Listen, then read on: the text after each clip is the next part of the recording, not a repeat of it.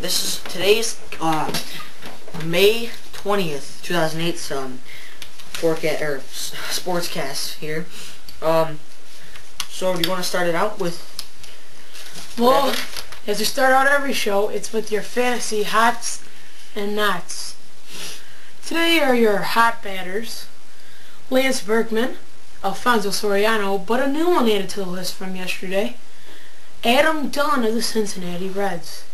But as we say every week, even though you got a hot batter, you got the not batters. Not batters this week are Craig Monroe, Austin Kearns, and David DeLucci. For every good and bad batter, you got a hot pitcher. Your hot pitchers are Ted Lilly, Vasquez Edison, and Randy Johnson.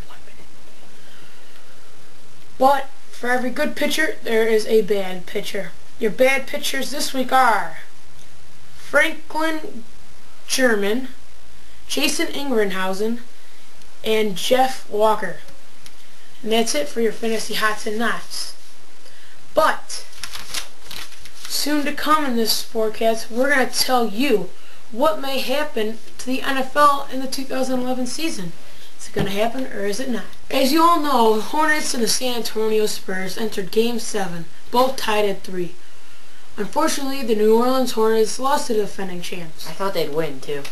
Yes. How is your take on that? Why do you think they lost? I just think they could have done better. I think if they would have won earlier off in the season, they would have, or in the tournament, they would have gotten back farther.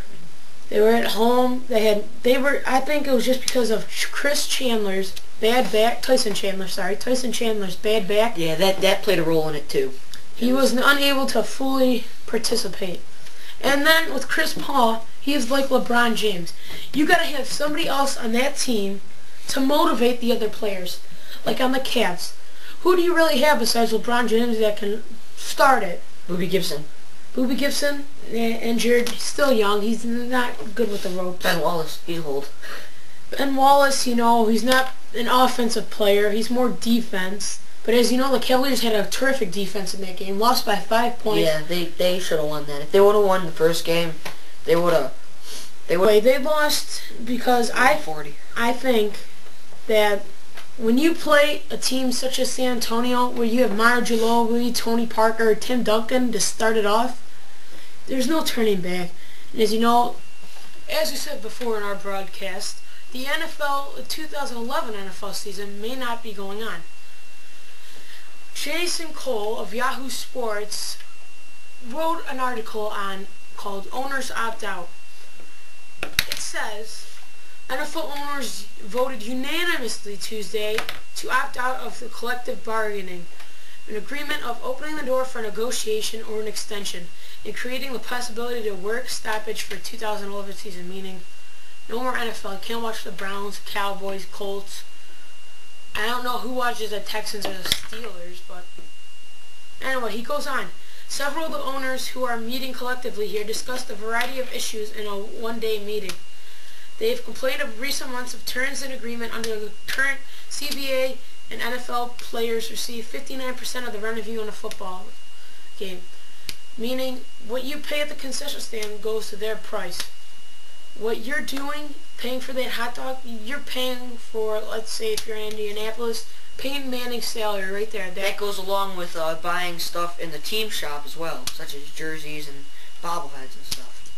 So pretty much in this article, they are complaining that players are getting paid too much in the venues, like the stadiums. I agree. Aren't getting enough money to raise it up, and they might say. I agree. I just don't think it's a reason to end football altogether. Well, as it says on here, a term of the club's incentive invest in the games that is threatened, meaning it could happen, it probably won't. I hope not, because I don't think it will. Everybody loves football.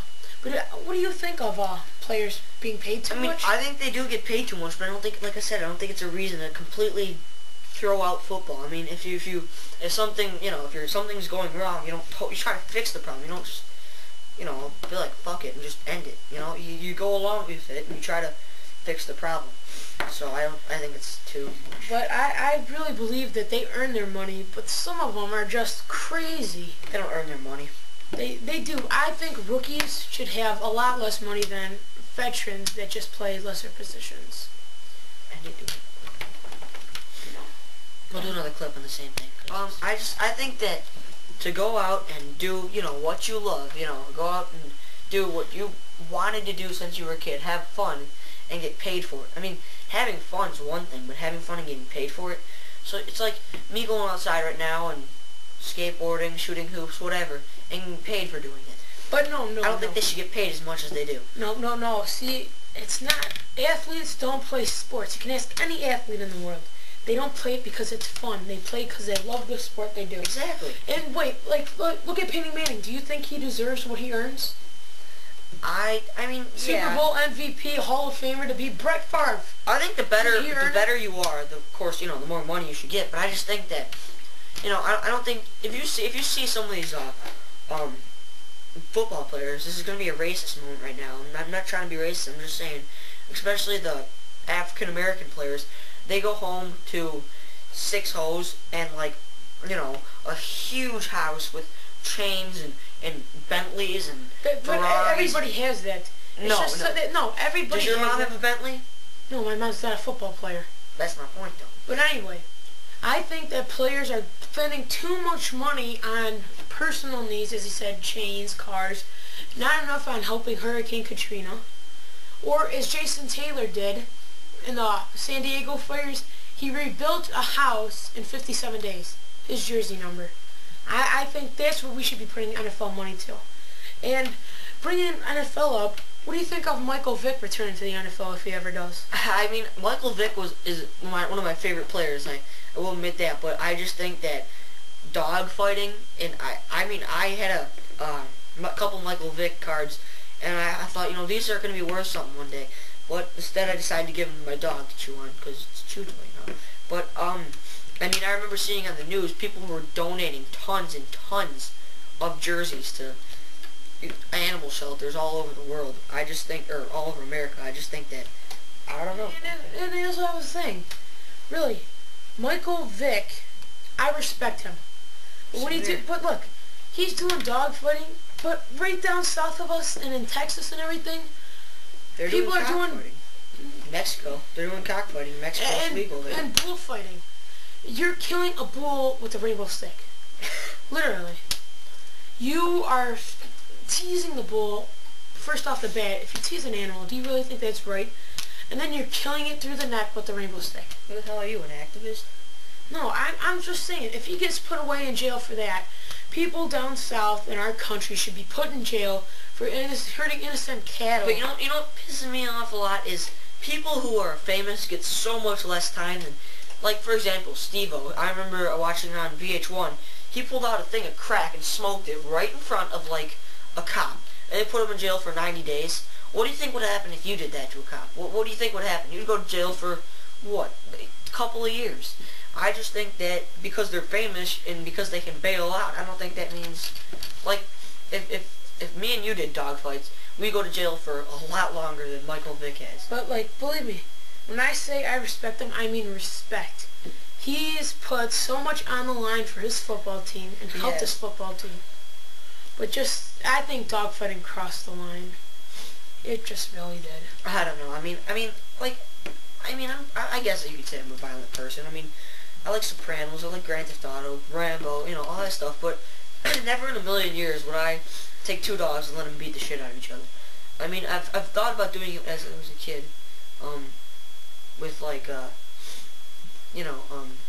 fish or something, like Chinese fighting fish. But I'd never do it, But that's basically all I have to say. Anyway, we'll see you next time on YouTube for our next Sportcast. Leave us comments or message us. Before we go, I just want to say our website as of now is freewebs.com, freewebs.com/sportsdudez, just as you see it up there.